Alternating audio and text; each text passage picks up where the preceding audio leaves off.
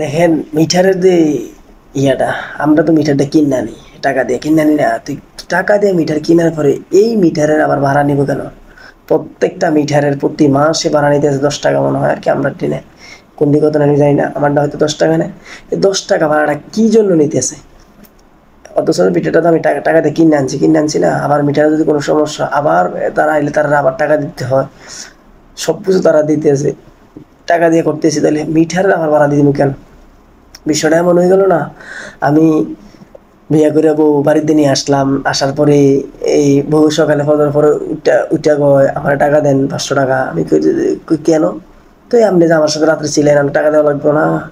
তো এই বিষয়টা এমন হয়ে গেল না? এটা তো আমি কিনে আনছি, একই তো আমি, আপনি আমার ভাড়া দিচ্ছেন, এখন আপনি আমার থেকে মাসে মাসে ভাড়া নিতেছেন, বাস খালাস। নষ্ট হবে আপনি আমার আবার এটা রিফারিং করে দেবেন, সব আপনি করবেন, আমি ভাড়া দিতেছি, শেষ, এক হিসাব। কিনার পরে মিটারটা আমি কিনে আনার পর আবার ভাড়া দিতেছি, এটা তো মানে হাস্যকর ছাড়া আর কিছু না। দুনিয়ার মধ্যে এমন ঘটনা মনে হয় বিরল। এইগুলা নিয়েও আমরা সোচ্চার হইতে হইব, আমরা সবাই এগুলা নিয়েও ইয়া করতে হইব।